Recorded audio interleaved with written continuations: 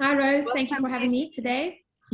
Thank you so much for taking time out. And I would love you to start with your journey from the first lockdown in 2020 and how that affected you with your business. Sure. So, prior to COVID, I owned a travel agency that mostly focused on corporate work. So, corporate clients that hi Tess, I need to be in London tomorrow. That was my day-to-day thing, and it was running very successfully. I was very fortunate to have a very well-grown business for about 5 years. It was almost actually exactly to the day 5 years that I had travel bug that I could start feeling the effects of COVID. Mostly because my clients are all international travel, so their travel started being cancelled within the end of February already. And then before I knew it, I had nothing to do, like just sitting around, figuring out what to do with my time, feeling completely overwhelmed, feeling completely stressed, and still ignorantly thinking, oh yeah, things will pick up again in about 3 months' time. And then quickly realized that that is definitely not the case. And I remember sitting and having lots of conversations with my husband about, what am I going to do? What am I going to do for money? What am I going to do with my time? Like, oh, it's all just so overwhelming and frustrating and stressful. And I had always had, so we're very fortunate. We live on a small holding just outside Durbanville in the Western Cape.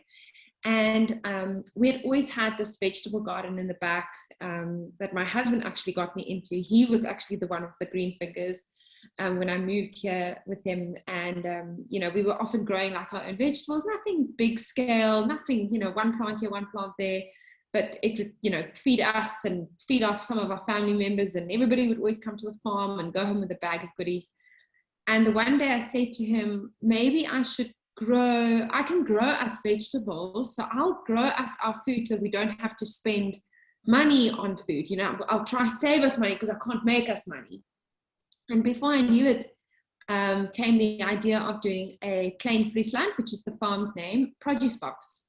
And I started planting everything in the back garden. There wasn't a centimeter that didn't have a plant of some sort that I was going to be able to harvest and grow. And I had planned to grow all these things throughout winter. And I don't know if any of you know about growing vegetables in winter, is that yes, you can grow vegetables in winter, but they also grow quite a bit slower. So yeah, that's how it started. And I spoke to my parents-in-law about it and friends and family. And my father-in-law turned around to me one day and said, okay, but this is all wonderful and this is very exciting that you're doing this, but you're going to do one harvest and do one load of produce boxes and your produce is going to be finished. So we then started looking at the space that we have on the farm. Well, it's not a farm, it's a small holding. It's really not that big. And we realized that we have space to put up a grow tunnel, which we then did, quite a large grow tunnel, 30 meters long, 10 meters wide. And we put that up in September last year. And yeah, now the thing is full. I grew all sorts of things in the winter, in the summer months, from September onwards, tomatoes, heirloom tomatoes, and all sorts of wonderful produce. And now we're into our first winter season of it. And I'm doing all these produce boxes every second week. Can you choose what you want in there, or is it whatever's grown and been harvested? Yeah, it's very seasonal. I call it as organic seasonal produce box. So at the moment, I'm just doing, basically, it's 250 Rand, and it's filled with seasonal vegetables. So at the moment, it's winter, so we've got lots of turnips, we've got cabbages and broccoli, and I've actually got some peppers because I've got the grow tunnel leeks and spring onions and lots of herbs. And then the box also includes 12 free-range eggs, and our chickens here are organically fed. They're free-range, they roam, they've got a massive area to roam.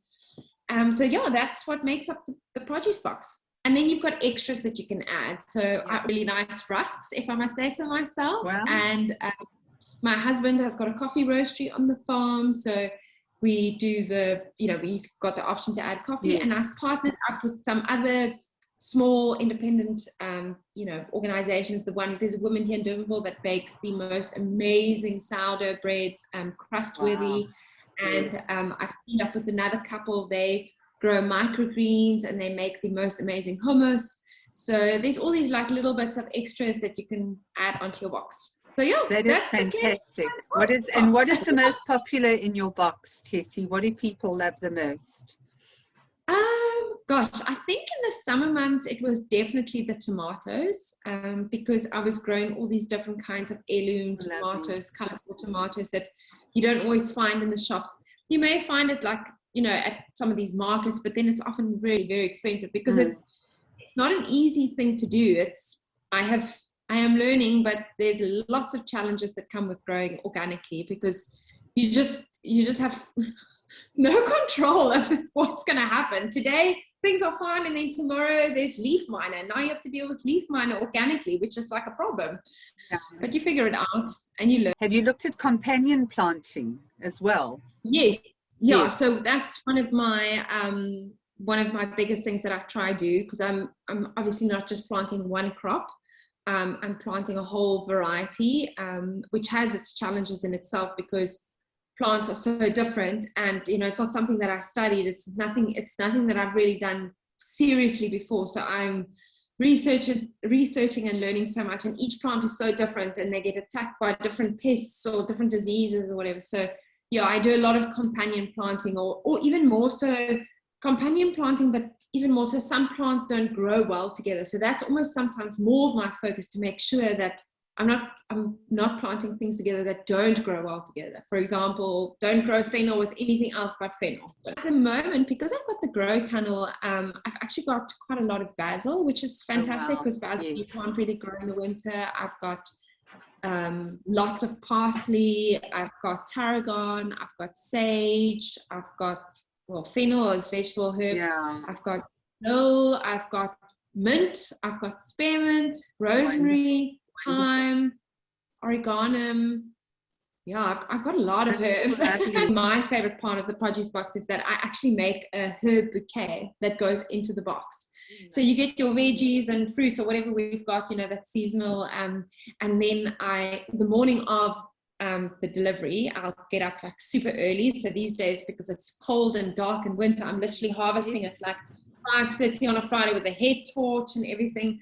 And then I make this herb bouquet. So I harvest a whole lot of herbs, and then each box gets this big herb bouquet, and it smells amazing when I go do the delivery. The whole car is like wafting. People must love it. Yeah, we've spoken about the challenges as well, like, you know, getting to understand what you're doing, you know, how to handle pests, you know, how to make the best use, how to grow seasonally to make sure you've always got produce coming.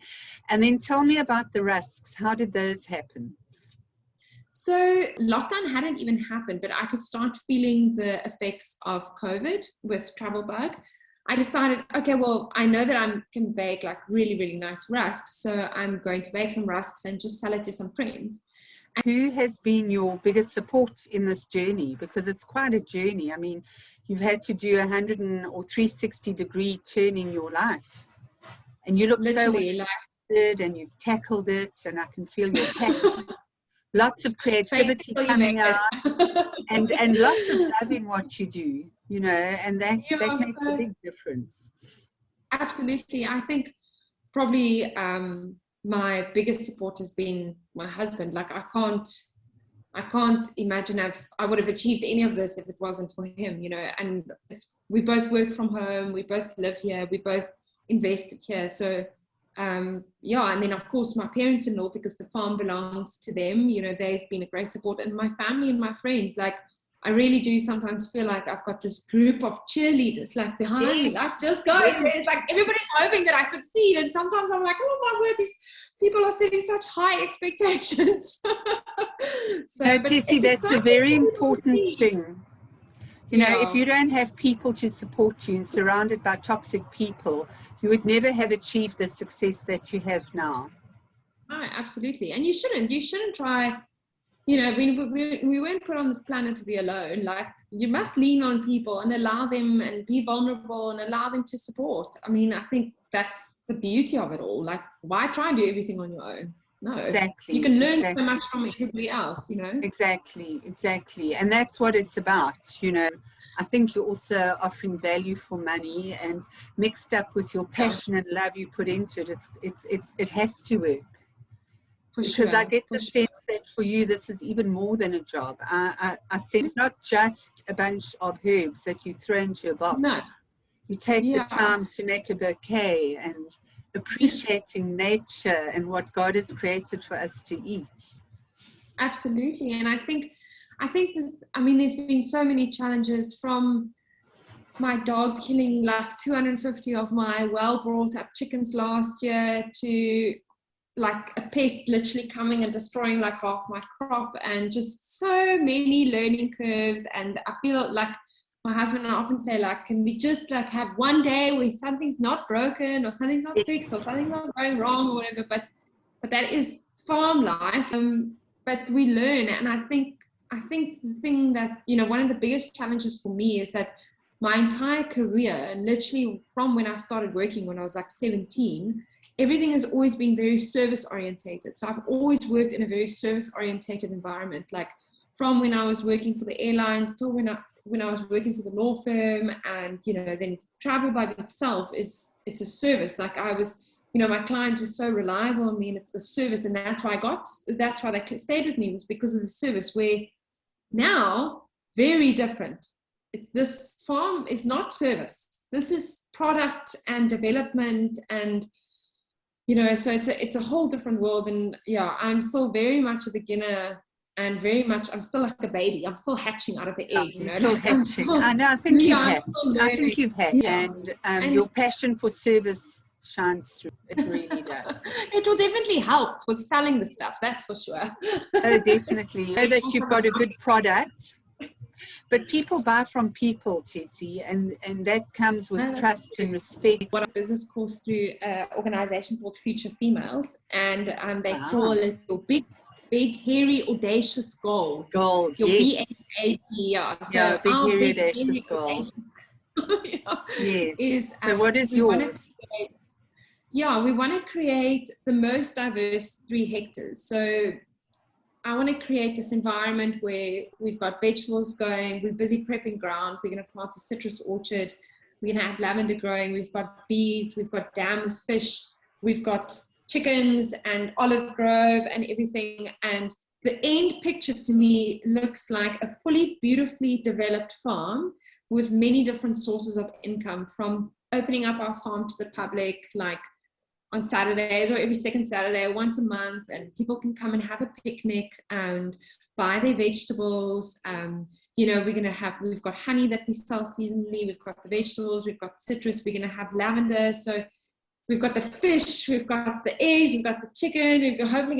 Hopefully our trees will give us a better harvest this year for olives to make olive oil, coffee. We've got a butchery. So there's a lot going on here. And my end goal is for everything to be developed and functioning and opening up to the public and having people come look. And gosh, maybe I was even saying to my husband the other day, wouldn't it be so amazing as once the farm is developed, we open like a little nursery, like a little farm school nursery, you know, people can bring their kids, or even if it's just like a day. Started by making rusks and then giving veggies away and then selling them and produce in a box and eggs, and it's really pretty amazing. So this has been going on for a year, or going on a year. Yeah, it's about a year. And what are we in now? July. So yeah, lockdown. Yes. I was just thinking I'll just grow for us, and then it kind of came around like May, June, I think. Yeah. And then I did my first box. Incredible. So Tessi, I mean, if you step back and you close your eyes and you think of what you've achieved, it's actually pretty phenomenal. But Thanks, because Rose. you're in the process, doesn't always feel that way. You know, but if you actually sit down and take note of what you've done, that part of your big, audacious dream has already been met. I mean, it's well on its way. For sure. So there are potential people who need to make a living, like you. They've been impacted by COVID, but they don't have the inspiration. And that's why I've got somebody like you to chat with. What message would you give those people out there?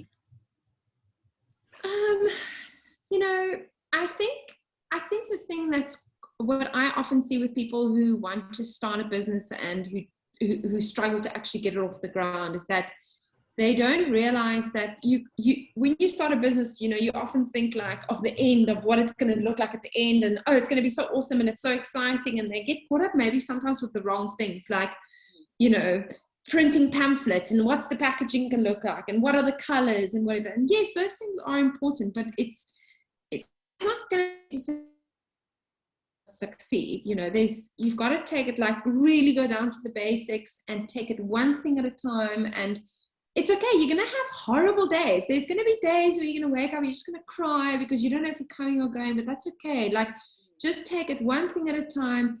Make your list of goals or your set of tasks for the week, and just make sure that you get through them, and realize that businesses take time, and it's okay. And I mean, like, sometimes people have crazy ideas. I always think back to this meme that somebody sent me once about something about no idea is that crazy. The guy that invented the pool noodle, people probably laughed at his idea, and he's probably laughing all the way to the bank. Exactly. So I think it's just you're gonna have bad days, you're gonna have good days, but don't stop. Just keep going. Be kind to yourself, one thing at a time. Don't get caught up with all the wrong, spending money on packaging and all that type of stuff. Like, that can wait. Like, just get your product, get your idea, get your business plan together, figure out how you're going to sell, because that's like I remember one of my friends also said to me once when I started Travel Bike, he's like, this is all fantastic, but how are you going to sell it? How are you going to make money? And it is literally like, because it's amazing if you have this amazing idea, but how are you going to get it to market? Exactly. How and why are people going to want to buy your thing? So whether it's your personal touch or whatever it is, but just don't give up. Like, really don't give up. Too many people give up too soon, and just keep going. Be vulnerable. Ask for advice. Ask for help. We really do have an amazing entrepreneurial community, especially in Cape Town. Everybody's willing to give someone a chance. Exactly. So just one thing at a time and keep going. Exactly. That is really such excellent advice, Tessi. So start with your idea, grow it step by step, because it doesn't grow overnight. It took you a year to get to where you are. And it took Travel Bike like 2 years for me to make money. Yeah. Tessi, I think a lot of people's mouths are drooling, and they would love to sample your produce, Klein Friesland produce boxes. Where can they get hold of you? Okay, so I do have an Instagram page. It's Klein_Friesland.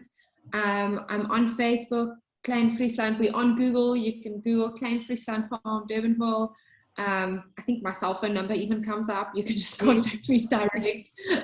That's kind of how I work at the moment. Like, I just contact my clients direct about who wants a box or whatever. And so look, if all else fails, they can contact me, and if it's okay with you, I'll give out your phone number or whatever, what you're comfortable with. I will never say no to business, ever. Never. No matter how big or how small, because it can grow. Just take it. Thank you so much, Tessi. Have a beautiful day and good luck. Thank you. Awesome. Thanks, Rose.